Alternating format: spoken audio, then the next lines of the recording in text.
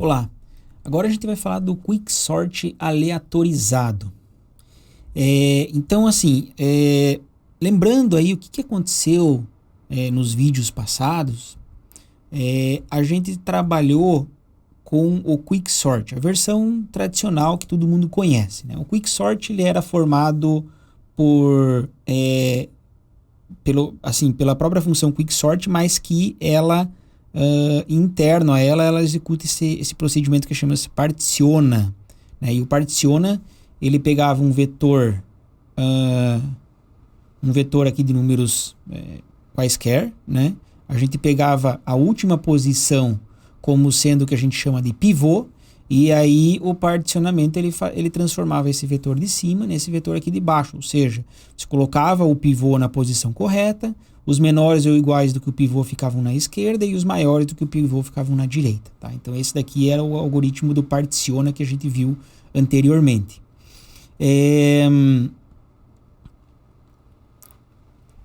Muito bem. Bom, vamos por partes aqui. A gente vai lembrando e se precisar a gente retorna aqui nesse slide aqui, tá? Bom, toda a questão aqui que a gente vai trabalhar aqui nessa aula, a questão do algoritmo Quicksort ser aleatorizado, tá? Ele tem a ver com a análise que a gente tinha feito anteriormente. Na análise que a gente tinha feito anteriormente, a gente tinha que o Quicksort, no pior caso, ele executava em tempo quadrático e no melhor caso ele executava em tempo n log n, tá? Só que as pessoas veem que na prática o algoritmo ele está muito mais próximo do n log n do que do n ao quadrado, né? Só que assim, isso tudo, a questão da gente analisar o pior caso do algoritmo e tal, né? E às vezes o pior caso é justamente o que as pessoas se importam, assim, vem porque tradicionalmente as pessoas vêm ensinando ou vêm analisando algoritmos dessa forma, né? Do tipo, pior do que tá, não vai ficar, né? Por isso que as pessoas pensam sempre no pior caso, né? Mas para o Quicksort parece que não está fazendo muito sentido isso, né? O que é essa análise que a gente faz tradicionalmente aí em análise de algoritmos, né? A gente sempre pensa que vai ter lá uma entrada que é diabolicamente planejada, tá? Para fazer com que o teu algoritmo execute mal, assim, né? Não tem uma execução eficiente, tá? Eu já tinha mostrado essa figurinha aqui para vocês lá na aula de introdução aqui de análise de algoritmos, tá? Que esse eu peguei de um livro lá e ele chama-se o adversário nos trazendo uma instância realmente fedida, stink, tá? Que é justamente essa ideia da entrada diabolicamente planejada, né? Ou seja, a gente sempre está bolando algoritmos achando que vai ter algum cara que vai querer estragar com a nossa brincadeira. Por isso que a gente pensa sempre na abordagem de pior caso. Esse é o jeito tradicional de você analisar algoritmos, tá? Ninguém vai ficar analisando algoritmo para ver se tipo o melhor caso que importa. Não, é sempre o pior caso, né? E nessa abordagem aí, né, do mundo diabólico aí, a gente acaba sendo bem honesto, né? A gente só diz assim, o algoritmo é bom se nenhuma entrada tem mau desempenho, tá? Então, se a gente for honesto nesse ponto, a gente não consegue falar que o nosso algoritmo do Quicksort é bom. Porque a gente sabe que tem entradas do Quicksort que fazem ele executar n quadrado. E n quadrado é ruim porque os piores algoritmos de ordenação são quadráticos, tá? Então, se a gente for honesto desse ponto de vista, o Quicksort não é legal, tá? Como é que a gente sai dessa daí para explicar exatamente o porquê que o Quicksort ele vai bem na prática? Bom, abordagens alternativas à abordagem de pior caso como eu falei já aqui, a de melhor caso, mas putz, melhor caso você está sendo extremamente otimista, não é uma coisa legal, né? Pode ser que você só caia no melhor caso em pouquíssimas vezes, então não... Assim, é interessante você fazer, mas assim, não é o que você não vai se basear, né, no melhor caso para dizer o tempo de execução do algoritmo aí, né? E uma outra abordagem aí que a gente não vai comentar aqui no curso de análise, não por enquanto, que é a abordagem de caso médio, tá? Porque, bom, eu já volto a falar da abordagem de caso médio, né? Mas nesses dois casos você ignora o adversário, Quer dizer, o que significa ignorar o adversário? Significa que você não vai ter sempre esse carinha lá trazendo para você uma instância, uma entrada diabolicamente planejada, tá? No melhor caso, não faz nem sentido, né? O melhor caso não é... O cara pode trazer a entrada de pior caso, mas você ignora ela e pega a melhor, que vai dar o melhor caso, né? No caso médio, você não vai pensar que sempre você vai estar trabalhando com entrada de pior caso, mas na verdade você vai estar trabalhando com uma entrada média, né? Média entre aspas aqui também, porque precisaria definir o que significa essa entrada média, tá? E uma terceira alternativa aqui é a gente analisar o caso esperado, tá? O caso esperado. Mas quando a gente está falando de caso esperado, a gente está trabalhando com algoritmos que são aleatorizados, né? Nesse caso, ele é até mais interessante porque a gente engana o adversário, né? Em vez de ignorar. Tipo assim, o adversário está lá, ele está trazendo uma instância ruim para a gente. Só que a gente trabalha o algoritmo, ele trabalha de um jeito que, na verdade, assim, tipo... Ele tem decisões aleatórias lá dentro que fazem com que o adversário olhe para o nosso algoritmo e fala assim, como é que eu vou bolar uma entrada de pior caso para esse negócio se as decisões que são feitas ali dentro são aleatórias, tá? Então você acaba enganando o algoritmo. A não ser que o adversário soubesse como é que funciona, conseguisse prever tuas decisões aleatórias, mas, né, a gente não supõe isso, tá? Então, o que a gente vai fazer hoje aqui é fazer análise do caso esperado do Quicksort. Então, isso eu já falei, né? O Quicksort, no pior caso, é quadrático. No melhor caso, ele é n log n, mas na prática, ele também acaba sendo n log n, né? E esse, na prática, é uma coisa assim do tipo, cadê a análise disso? Né? Você pode fazer uma análise experimental, tá? E aí você vai ver que, por exemplo, o Quicksort ele vai estar próximo do tempo do Merge Sort. O Merge Sort também ele era n log n. E o Merge Sort ele é até mais interessante, porque assim, ele não tem melhor e pior caso, ele é sempre n log n, tá? E mesmo assim o Quicksort ganha do Merge Sort na prática, tá? Mas esse ganha aqui que eu falei é um ganha, né? Aquele ganha que em termos algorítmicos assim é uma constante, tá? Claro que constantes são boas, assim, você ter uma melhoria de rodar, sei lá, 2 vezes mais rápido, 10% mais rápido, não sei. Mas isso é a parte de apertar o parafuso, a gente já falou isso lá das otimizações prematuras, né? A gente não está fazendo otimização prematura aqui, a gente quer baixar de n quadrado para n log n. Não importa a constante que tem aqui, não importa a constante que tem aqui, tá? Enfim. Se você fosse falar assim, opa, então tá, já que na prática o Quicksort ele fica no n log n, tá? Então, eu imagino que o que acontece na prática? Acontece que, na média, né, assim, você recebe, às vezes, entradas do tipo, às vezes entradas do outro tipo. Então, vamos dizer, uma entrada média, né, ele executaria em tempo n log n. Então, fala assim, vamos fazer uma análise dessa entrada média, né? E essa análise com entradas médias, vamos dizer assim, né, seria o que a gente chama de uma análise de caso médio, tá? Na verdade, a análise de caso médio ela é mais específica do que isso, né? Ela assume que todas as entradas são equiprováveis, tá? Então, por exemplo, vamos supor assim que você está querendo ordenar um vetor de tamanho 3, então, assim, sem perda de generalidade, a gente vai assumir que o que está lá dentro é os números 1, 2 e 3, né? Então, assim, você pode ter o vetor 1, 2 e 3, ou você pode ter o vetor 1, 3, 2, você pode ter o vetor 2, 1, 3, o vetor 2, 3, 1, o vetor 3, 1, 2 e o vetor 3, 2, 1, tá? São 6 possibilidades aqui, tá?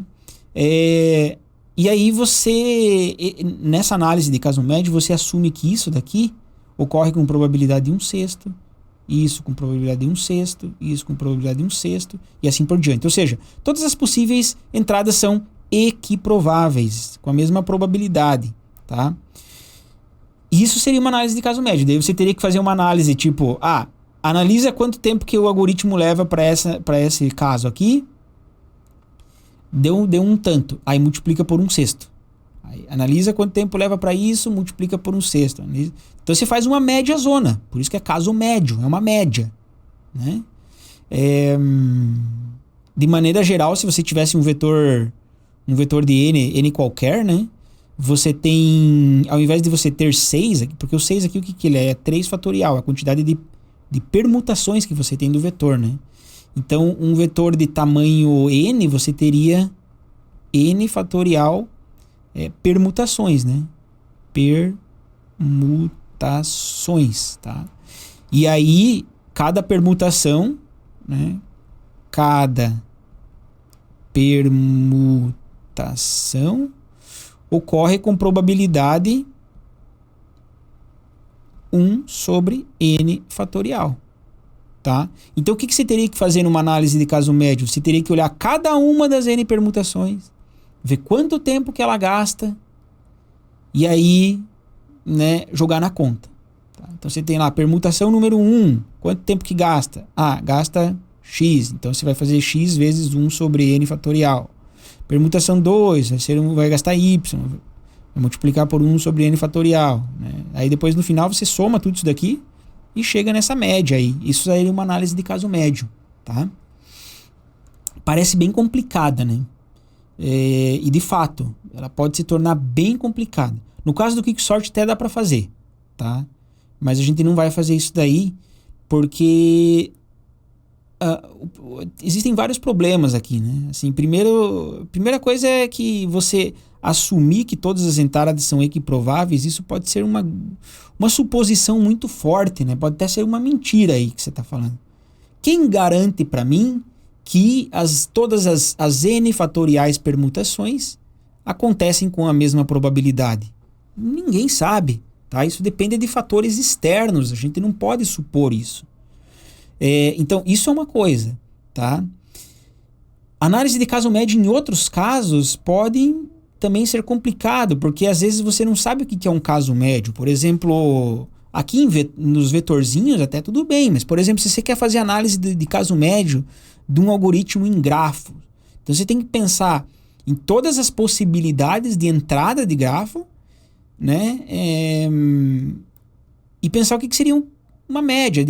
Aí você pensa, será que faz sentido eu, para um determinado algoritmo, eu supor que o grafo de entrada são um grafo que não é conexo? Por exemplo, sei lá, você está falando um algoritmo de caminho mínimo.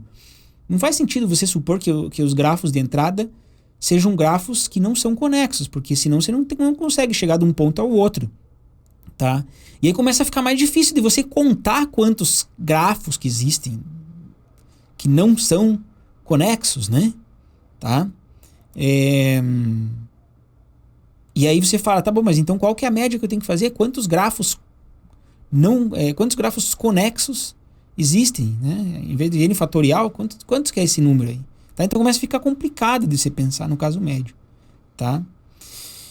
Enfim, tudo isso assim para justificar que o caso médio existe, mas não é muito bem assim trabalhado por esse tipo de questão aí, né? Ele leva a questionamentos aí mais do conceito da coisa, tá? Então a gente vai usar no Quicksort, aí a gente vai usar a aleatorização, tá? Qual que é a ideia aqui da aleatorização do Quicksort? É muito simples a ideia. A ideia é trivial, na verdade. A gente vai escolher o pivô aleatoriamente, tá? Então, na outra versão do Quicksort, o que a gente fazia com o pivô? A gente sempre selecionava o último, tá? Isso assim, isso varia, tá? Talvez você vai encontrar num outro livro, ele seleciona o pivô como sendo o primeiro, não sei. Ou seleciona o pivô como sendo o elemento do meio. Não importa, né? O que importa é que se o Quicksort é determinístico e não aleatorizado, você sempre vai escolher o mesmo cara. E aí você sempre pode chegar lá o diabinho e bolar uma instância para dar o pior caso, tá? Porque ele sempre sabe qual que vai ser o pivô escolhido. E agora não, agora a gente vai escolher o pivô aleatoriamente, tá? Então, as modificações aqui, elas são triviais, as modificações do algoritmo. Eu vou fazer esse particione aleatório, que ale, né, de aleatório, ele vai ser bem simples, né? Porque eu estou trabalhando com um vetor V aqui que começa da posição A e vai até a posição B, tá? Tá aqui meu vetorzinho, começa da posição A e vai até a posição B. E aí você pega um número i, que é um aleatório entre A e B, tá? Então você sorteia aleatoriamente qualquer posição aqui, tá? E o que você faz? Vamos supor que você sorteou aqui, tá? Posição i.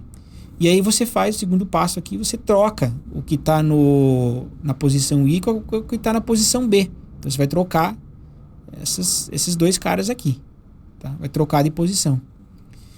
E aí, no final, você chama o particione do jeito que você já conhece, que ele seleciona o último elemento do vetor, né? Então, assim, a grande sacada aí foi simplesmente trocar, né? Claro que esse particione aqui, ele é determinístico, ele vai selecionar o último do vetor, mas antes disso a gente dá uma bagunçadinha ali e faz o último, na verdade, ser selecionado aleatoriamente, tá? E aí aqui é a mesma coisa, né? O Quicksort Ali aqui, eu só mudei o nome. Mas ele é exatamente o mesmo, só que em vez de ele usar o particione, ele usa o particione aleatório, tá? Não tem mais nenhuma mudança. É super simples assim, tá? Então, a ideia aqui, qual que é a ideia?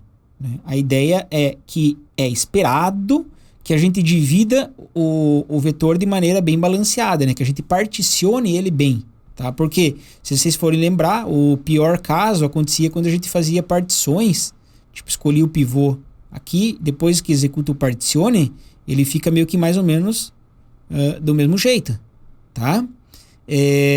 Isso seria um caso ruim, né? O caso bom, ele já é assim, ele já vai botar o x bem no meio, então aqui ficaria aproximadamente metade dos elementos, e aqui também ficaria aproximadamente metade dos elementos, tá? Então a gente espera que, quando a gente escolhe aleatoriamente, a gente tenha uma coisa que é mais próxima disso daqui, tá? Essa é a ideia que está por detrás.